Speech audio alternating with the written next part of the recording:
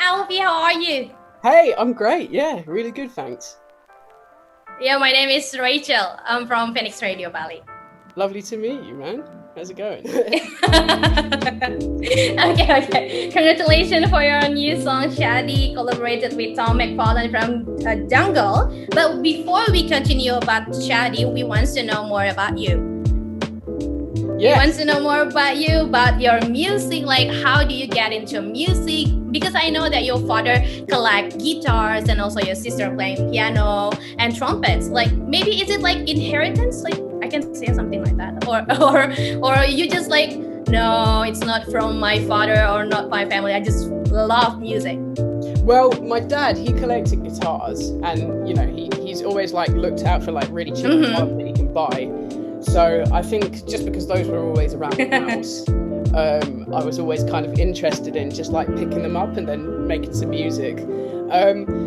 But for the rest of it kind of came naturally. Like I had so much time on my hands and I just liked music and I loved listening to it, to the point where I wanted to make it myself. And kind of when I listened to music, I was like trying to break it down in my head. I was like, how do they like make it sound like this? How do they make it sound like that?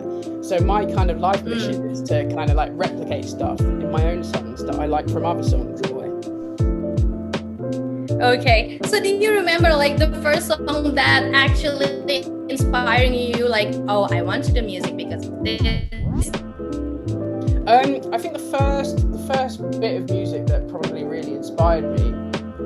It's a weird one, but it's called Hemispheres by Rush, and it's this album that I've like always loved since I was a kid. They were like the first band that I really got into, and it's progressive rock that I really love because it's got like obviously so many different influences like jazz and classical music, but it's combined with rock music, and I don't know, for me it's kind of like a win-win, that kind of music. So that's what I got into first.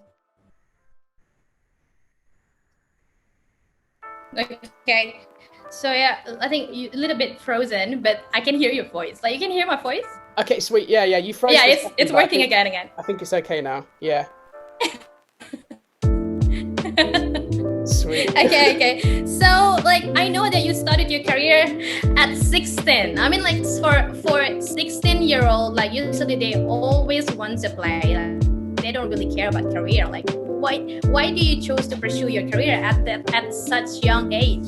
Yeah, I became a full-time musician when I was 16 because I don't know, because I've loved music for so long, ever since I was a kid, and it's the only thing that I've really been interested in.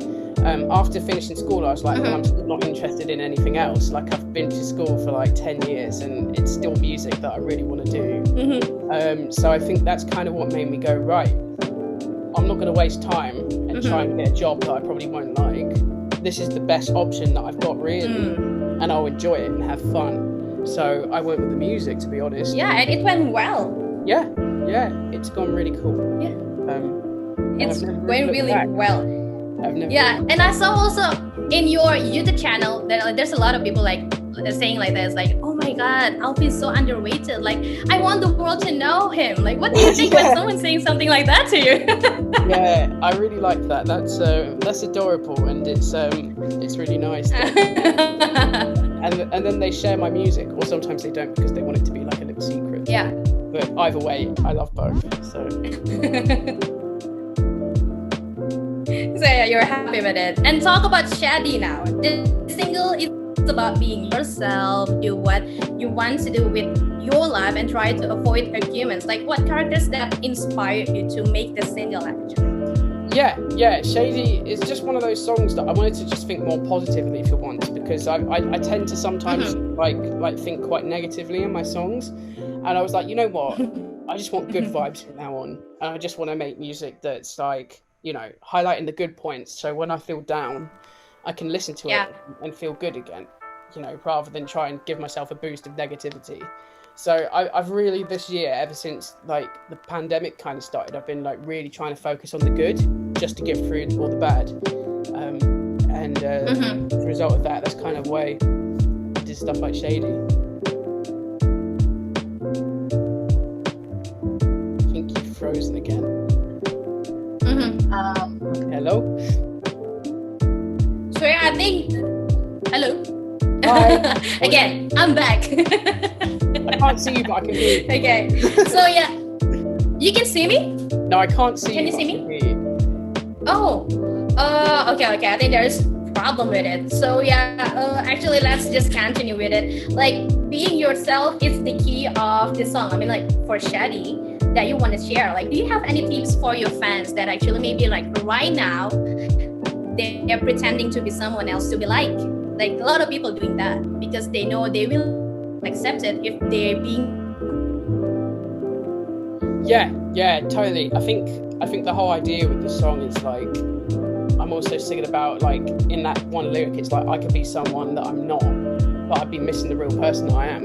And that's just kind of reflecting the fact that I could have like, you know, gone off and done something else that I didn't want to do and just copy the crowd and go along with everyone else, or I could do something that I want to do and actually enjoy my life a bit more. And I think there comes a point in everyone's life where they kind of just twig that and they realise it and they just, you know, they go off and do their own thing and be who they want to be.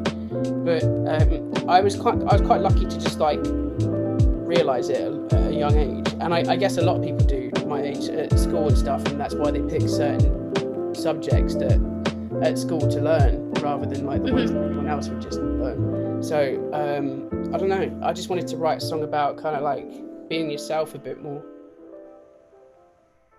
So have you ever in the position like when you're trying to be someone else, to be honest, like maybe this is not your music but you have to do that kind of music when actually it's not yours?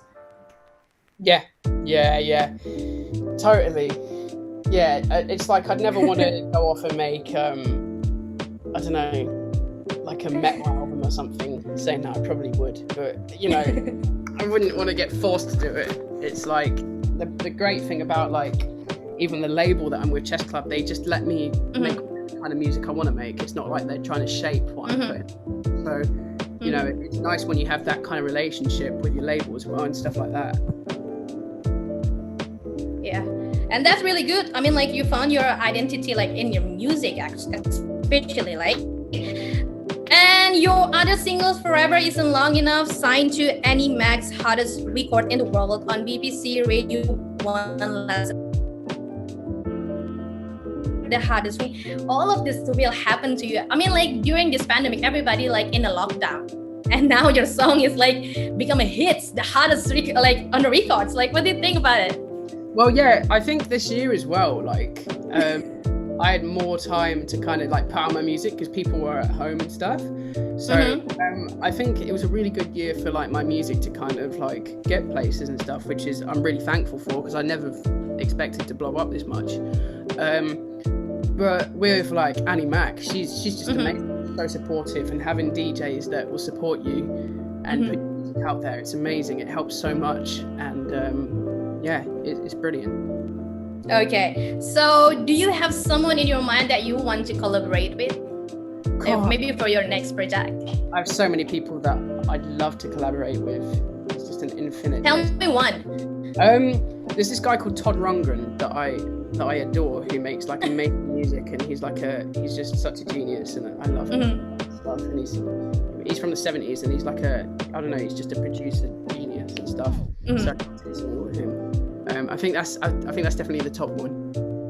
Oh, okay. So the last one, do you have any special message for your fans in Indonesia? Thank you to all my fans in Indonesia. We can't wait to actually come over and see you and just play a show, because the support that we've had from you guys is amazing, and we're thrilled to have it. So lots of love to you all.